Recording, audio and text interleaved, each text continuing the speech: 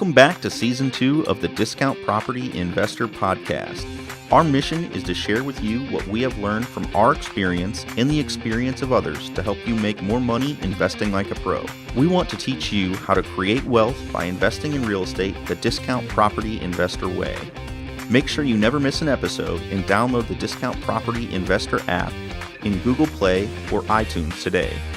To jumpstart your real estate investing career, visit freewholesalecourse.com, the most complete free course on wholesaling real estate ever. Thanks for tuning in.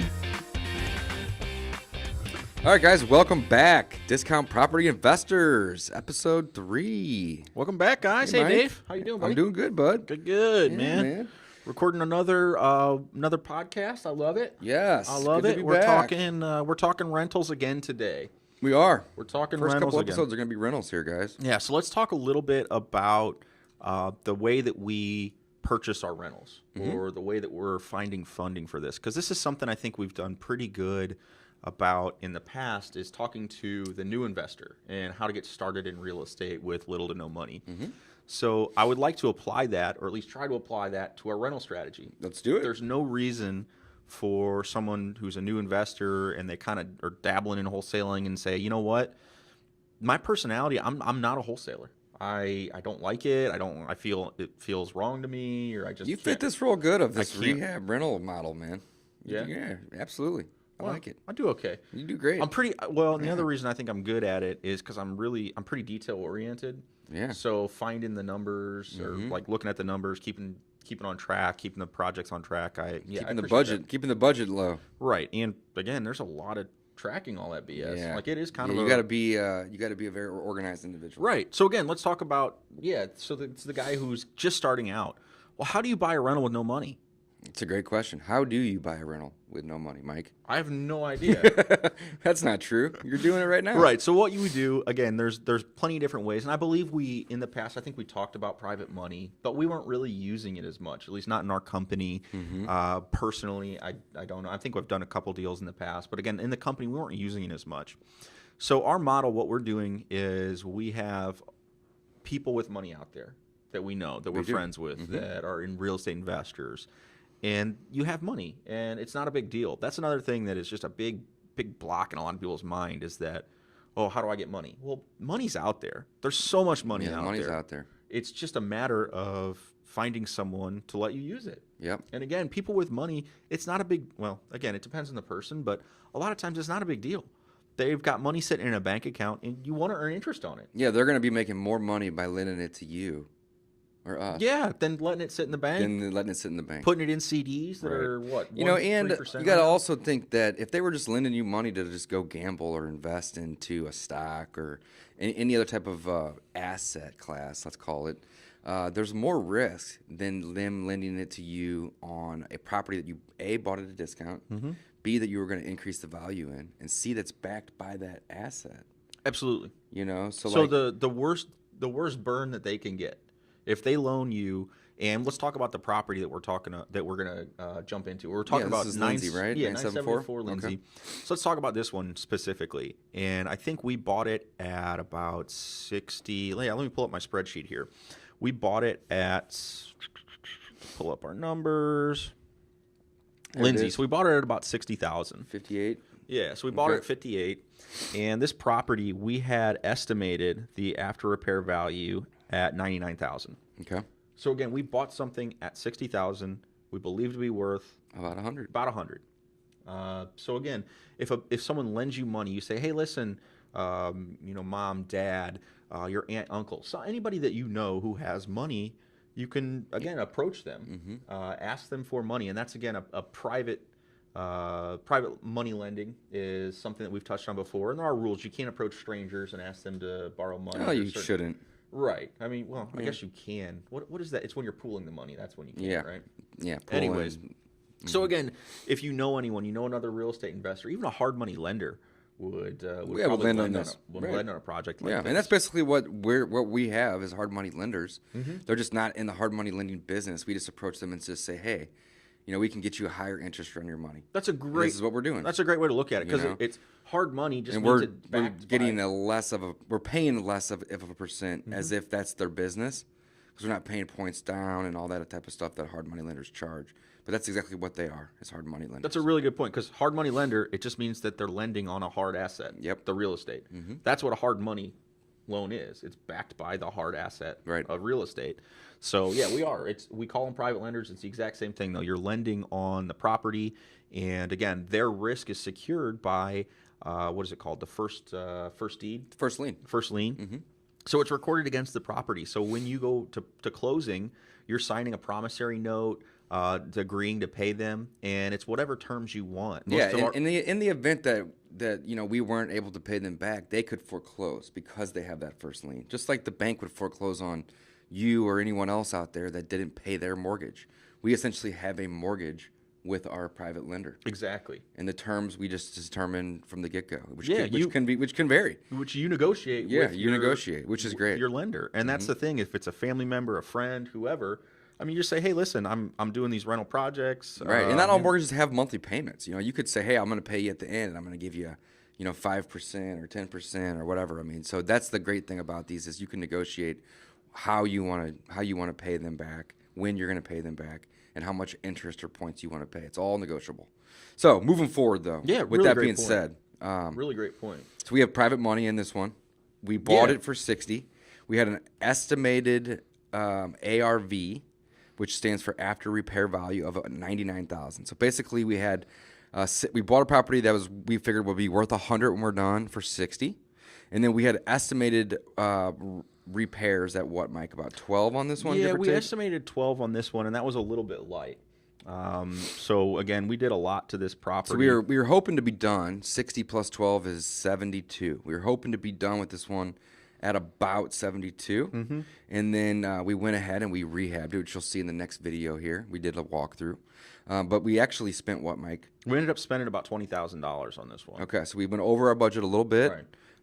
But that's okay. We were in it for about 20. So this one, again, and it's an interesting story, a long story. We actually didn't really want to buy this one, but it kind of fell into our laps, and we closed on it. I remember to this save deal. a relationship that's with true. another person. Another person. And it's a long story, not important. So we bought it, and there were some other things that kind of rehab-wise we needed to do to make it work.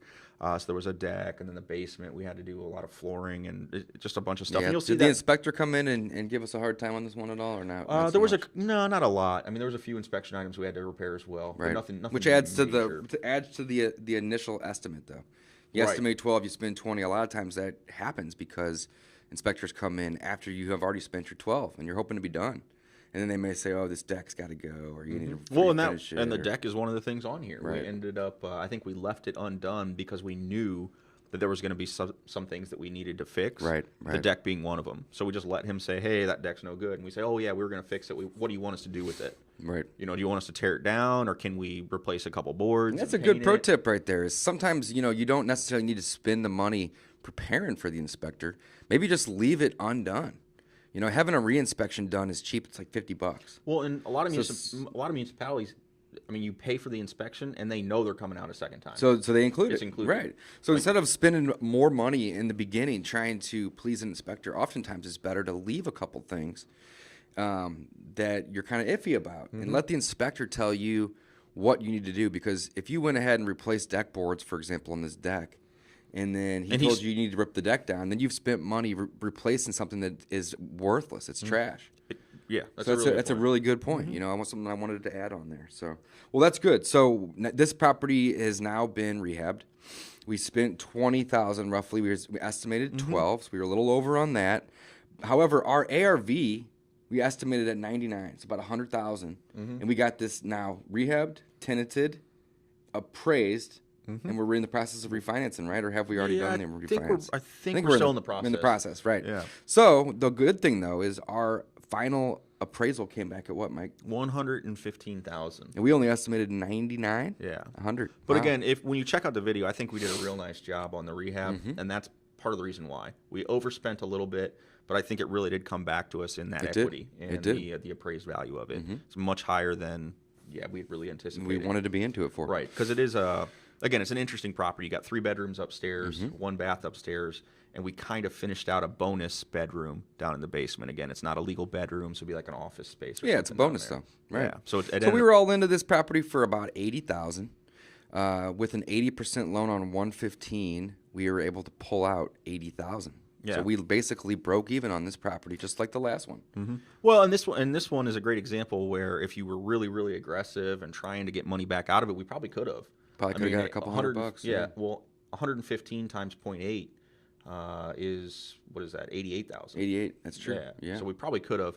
But I think we used another lender that's at 75%. Okay. I think that's why we're really. But that's breaking okay even. because again, we're not necessarily trying to limit our equity. We want equity.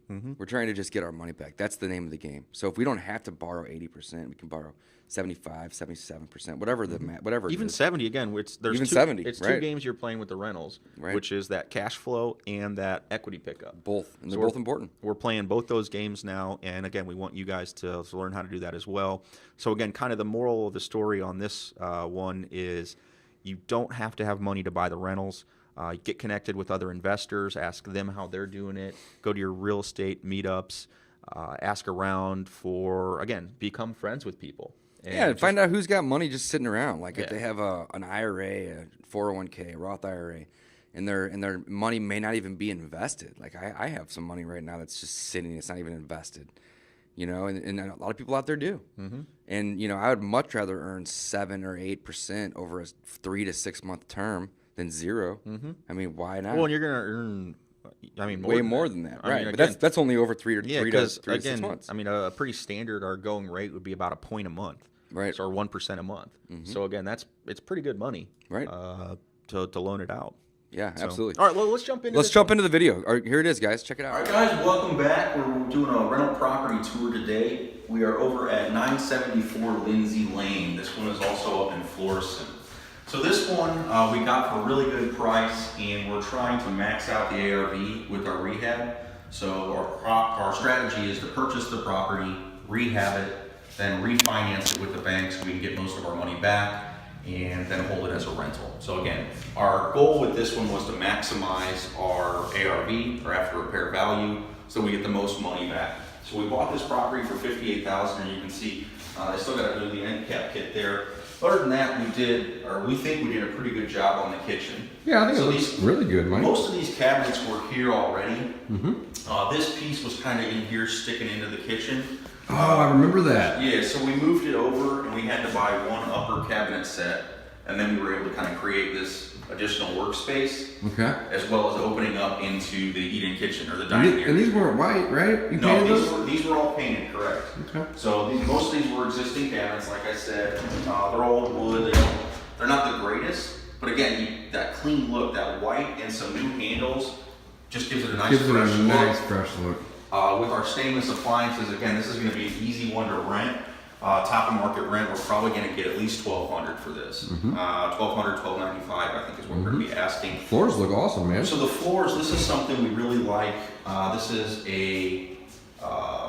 it's a rubber-backed vinyl that is basically clicked together. So kind of like the old Pergo style flooring, they just click together. They're easy to cut. And this was $1.99 a square foot at Hood's, one of our local hardware stores. Sweet. And this is one of our bigger expenses in the house. So we paint everything agreeable gray. We use white trim, very similar to any of our other rental properties.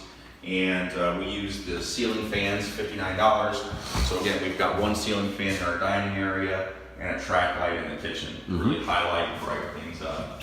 Come through here, there was hardwood. A lot of old houses have the hardwood in it. So this is something, we pulled the quarter round off of the property, or off of the base. Oh, do they have the quarter round there? I'm 99% sure, yeah, it's quarter round and that needs to go back. Okay. So they pulled the quarter round to refinish the hardwood floors, and then you could put the quarter round back down to finish it up. Okay. So again, refinish the hardwood floors throughout the whole upstairs. It's a decent cost to it, but it's worth it. You come back through, and Dave, let's walk into the bathroom here. So our bathroom, a couple things we do in here. So down on the floor, we do our peel and stick tile. Okay. That's about $2 a square foot as well. So again, it's easier to install for the guys than an traditional tile. We liked on this one, we didn't opt for a double sink because of the plumbing, but we did put a much larger vanity because there's room for it. Yeah, this so is this is a good sized bathroom. Yeah, and again, you get a nice vanity. Again, we're trying to get the most we can out of the ARB on this one. Nice light fixture. I did go cheap on our mirror, but that's because I couldn't find it. That's okay. The mirror looks great, man. And we had this, plug here, so you don't want to cover that. Oh yeah. You don't want to cover that up with the. Now this tile doesn't look new. This tile's not new, so this was it like pink or green? It is. It's that old 50s style green. We have a guy that we use to. But it looks nice. Right, to glaze it is what they call it. So again, he comes in and he scrubs it all clean, makes sure everything's patched up, and then he puts a nice paint on there that's not going to chip off. Right. So that is one way to do it looks new from where I'm standing. The only reason that I asked is I knew it wasn't. Right. So there's another option though too. We're going to start kind of doing more of this on our rentals, is to use oil-based paint on the tile. So clean it, use an oil-based paint that's going to stick real good, and then put maybe a coat of polyurethane on top of it. The poly helps protect it so it doesn't chip. Okay. Our doors, so again, this one we had to replace all the doors. We go with the 6-panel doors everywhere. We'll check out some of the bedrooms here. So bedrooms, pretty basic. Again, white trim, agreeable gray, refinish the hardwood floors, nice ceiling fan, and just gives you a nice, clean, fresh look. So there's bedroom 1. Bedroom 2 back here. And one of the reasons we really like this property was what they did to this house. They built a deck off the back. So both of the back bedrooms, I know it's real bright, man, people will see this, but they built a deck off the back of the house. And the deck we haven't redone yet. So why haven't we redone it yet?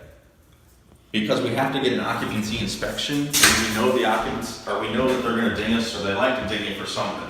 So again, we're gonna ask him what he wants us to do with the deck. We're planning to just replace a few boards and paint it. And that's hopefully what we only have to do. Exactly, that's hopefully what we have to do. But again, we'd rather not replace a couple boards, have it painted, and have him walk out there and tell us, hey, you need to rebrace it or rebuild the deck. And so if that's the case, we're wasting time. Right, so we're just gonna take our time with that, no worries. This one, this bedroom, and again, I wish we had the before photos. Maybe we'll put that in the video for you guys. Huge section of hardwood that's just destroyed. So our flooring guy does a real good job replacing the boards, and then when they refinish it, you can't even tell that anything's been done. Nice. Yeah, So both of these back bedrooms have doors that go out into the deck. I mean, this is a lot better to see the deck because there's no blinds behind it Well, it reflecting. just makes it feel so big. It makes it does make it feel bigger. Yeah, So, it's a pretty nice feature of this house. Awesome. So the basement is where I'm. So we got 3 bedrooms up, 3 bedrooms up, and 1 bath. And 1 bath. And then a kitchen and a family room, and then going down. Kitchen, nice big family room. The basement's what I'm proud of down here. I think we did a real nice job. I like the flooring again, man. Yeah, so it's same as upstairs. Again, we like to keep it the same everywhere because You have to replace parts of it. when you replace part of it or when you go on to the next project. So this project, we've got all this same, it's our river birch flooring that we use from Hoods. So next project, the guys have a couple extra boxes, they just bring to the next project. We buy another order, Smart. it gets used. It gets used. So right. this one, here's what I'm proud of. You used to walk back into this back room, Okay. and there was a door here, and this was a wall, so that this back space was all back storage area. It was unfinished, the back So storage this area. here and this here, you're saying, was Correct. all unfinished. We're all unfinished storage Okay. area. So what we did is we just put a wall up right there. And added the door. And added a door Okay. to create a nice office. Okay. Oh, this is a good sized room. Yeah, so again, Yeah. it doesn't qualify for a bedroom because we don't have an egress up here. Yeah, you can't get out of those We windows do- easily if there's a fire. Right, but we do consider it an office. And we wanted to put these mini blinds up. Could be an office or a bonus sleeping room. I mean, somebody could essentially turn it into a bedroom. You just can't legally call it that. So it's not legally that, and when you go for your occupancy inspection, they come in and they measure the bedrooms and they tell you how many people are allowed to live in a property. That's right. So upstairs, they're gonna count for 3. Typically, you get 2 individuals per bedroom. So you'll be able to call this a 6-person. Again, 6 people be the people most to a that would family, be on right. the occupancy permit.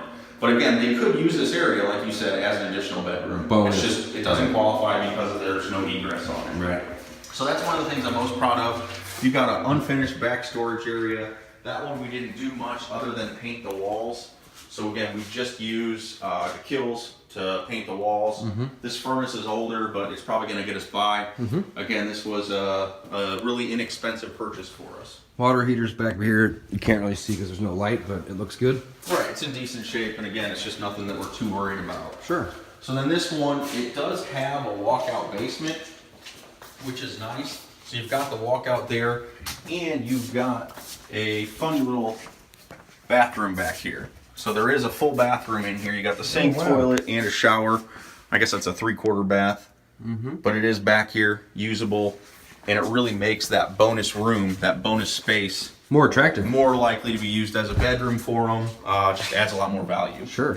And then we walk in, and again, this is just the storage room, nothing too fancy. So you have two good storage rooms down here, though. Right. So in this one, we kills the walls and we painted the floor in this one. We didn't paint the floor back there because of all the utilities. Right. But again, just makes it look nice and clean. Hey, this is awesome, man. What's the address over here? 974 Lindsay. 974 Lindsay. All right, guys. We'll see you at the next one.